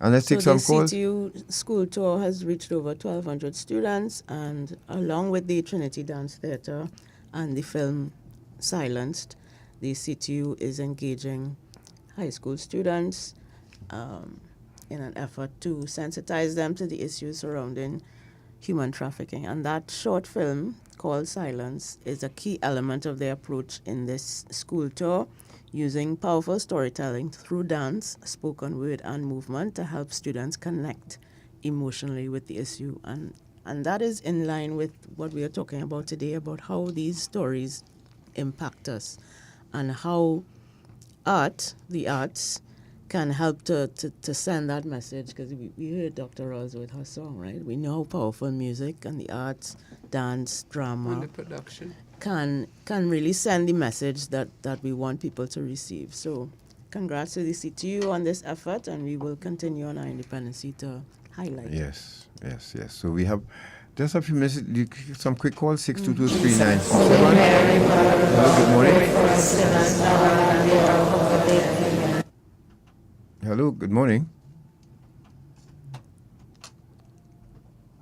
Losing one of my God-given gift, but I thought I should ask for clarification the name of our guest. Is it Dr. Rouse or Ross? Roz, R-O-Z, Roz. Okay, because I know Dr. Rouse from the Baratari area, and I found the voice song a little similar, but this song is an older person around my age group. What's your age? I would not disclose my age, all right? But let me take the opportunity to congratulate you all on an excellent program, and in particular, the milestone that Dr. Royce had laid with respect to clearing up what is really a morass that we are facing universally. One of the contributions that we are making towards that is the embracing of what I consider unsuitable artist music. One that is very popular by a very young fella with a lady that is dancing on stage, and I look at it, I am sitting in my living room all alone because I lost my wife 4 years ago. I could just imagine if she was sitting, look and she says, "Owen, turn off that television." It is ridiculous what we are embracing and the contribution that we are making, either knowingly, deliberately, or unconsciously. Is it a question of ignorance? Is it a question of simply selfishness, or whatever it is? But I would make every effort, ma'am, to meet with you, because at my particular stage, I am getting ready for my maker. I think I'm ready for my maker, as a matter of fact. And I would like to be a contributing factor to whatever exercise or exercises are needed to see what we can do with respect to improving the quality of life here in Trinidad and Tobago. I'm continuing to listen. Have a nice day and a pleasant weekend. You're welcome. Thank you. Hello, good morning. Good morning, God. And good morning to Dr. Rose. Good morning. And And to the ladies there, a beautiful program this morning. And, it's very heartwarming and wrenching at the same time. The young ladies I was speaking, how long, one's supposed to hide behind faith, spirituality, religion, and not use practicality and be pragmatic in situations that is not good for your well-being. I would like the young lady that was speaking about her situation, and what the elders a lot of the times encourage within religion. You understand? Sometimes you have to be pragmatic and you have to be practical and you have to use, as well, Dr. Ross, some common sense. It might be easy to do, but sometimes it's not that you don't believe in spirituality or faith, but to continue hiding behind those things when they could use some practicality and some common sense. So I'd like to hear the young lady speak on that with the experience a little more. Practicality. All right, take one more and then we'll ask her to answer. Hello, good morning. Hello? Yeah, good morning. Yes, you're live. Go ahead. Yes. All right, sorry, you're breaking up. Not hearing you. Hello, good morning. Good morning. Good morning, God. Morning. I don't know where the women Good morning to you, Natasha. Morning, Annie. Good morning to Mika, Mr. Hinkson, and to all those beautiful ladies in studio. Good morning to you all. God, I'm just calling to send love to your guests, love to you and Natasha for the good work that you all are doing, and I wish you everything that these ladies will prosper. Thank you so much. Thank you, Annette. Thank you. Take care. Hello, good morning. Good morning. Morning, God. There's all who sitting there. Sorry for getting interference. God, I didn't want to call. I listened or stop. But I want to say, I can't remember the young lady name when she said how many times would she think of to do. And that you know me well, right? And after I first got married, something I was doing, and my husband felt a slap at me, and I watched him. And then I said, leave that alone. So I tell my sister, and she told me. She said, but you work center. So you just told me about a man, you tell him about his chest is a plate whenever he harasses you. So when he hit you, you tell me next time you hit me, I'm going to make you fry fish or whatever it is, but I'm going to burn your tail with oil. You know what he said? I like to sleep. That I laugh when I hear you saying that. I like to sleep. Never one day after that, ever. All you used to say, the thing you just answer me and say, if people see you walking, they say, look, the woman who just look backwards, you're twisting your face. I said, really? You go through. So ladies, I hope what you said today would have educated women to know when to run. Because even though we know women give trouble and try to make men look bad, but I could tell you, the majority who holding on to what the church saying, the church ain't preaching God. God ain't telling them what they're supposed to do. And I want to say that I pray that all what you say today, I thank God for you all, and I wish you all the best. And to those who are in this situation and listening, or those who are listening, tell them about this program. God, I'll make contact. I want to talk to those ladies again. Have a blessed weekend and a good week. Thank you. Hello. Well, let's wrap up since we are almost at 12 noon. Let's go around the table and give us your parting with. Start with Krie. Closing remarks for you folks. I am glad to be on the program today, and I hope that, like the caller said, persons that are listening and either are in a situation or know of someone or something or somebody that is in a situation could reach out and get the necessary help, because there is help now, thankfully. So just to wrap up, I would say Do not be afraid to leave. Be afraid to stay. When you decide to leave, there are people, there's enough support around. Reach out to myself, Dr. Roz. There are so many other people on board in Trinidad and Tobago that can help you. Even Gat and Natasha, you know. And just to quickly answer that guy concerning the practicality, it's important that we not be ignorant and don't just let people tell us what the Bible says, but know it for ourselves. Quick summary. The Bible says to love your wife as Christ loved the church, and that is that Christ would die for the church, right? He has done it. So likewise. My quick closing remarks that I know it's not something we got to talk about was that sometimes you might have to leave that relationship and still find a way to co-parent with that person who was your abuser, and that could be a challenge. It could bring a lot of shame for you as well. You're wondering, but I put this person out, then what people in the neighborhood will think XYZ. You know, I just want to encourage anybody listening and in that position to just take it one step at a time. You leaving and also having to co-parent is not the same. It's two completely different things. And if you need to get support to try to figure out how to navigate that, then do that. But don't feel ashamed that you now have to share children with this person. It's part of it, and you just have to find a way to deal with it while protecting yourself as well.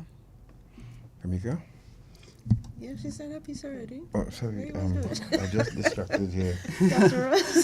I just want to say that a life without violence is the only life to live. So each and every one of us individually, each of us has a part to play. So male, female, we have a part to play. And we have to start with our young ones. Stop putting your boys in blue and your girls in pink. That's an early message from birth. Stop letting your boys, your young boys cry if they need to cry. Stop telling them, grow up, don't be a woman, don't be a girl, don't be a sissy. Yes. So having said that, 416-712-2911, WhatsApp, or in Trinidad, 378-7303. Join the movement, make a change. The time has come, the time is now. Remember, you can go back to our Facebook and YouTube channel and get the entire program. And of course, the numbers, Natasha entered them into Dependency and Facebook. So you will find the number to contact Dr. Roz. Those of you who are suffering out there, time to end the suffering. Ladies, thank you so much. And of course, we will have these discussions going forward. Dr. Roz promised to be here with us at least once a month, or provide content for us. And we will support that all the way to October. All right? Yep. Thank you, Natasha, Kamika. Have a good week, folks. Take care. Good afternoon. Good afternoon. Major news up next at 12. Trinidad and Tobago, it's the event you've been waiting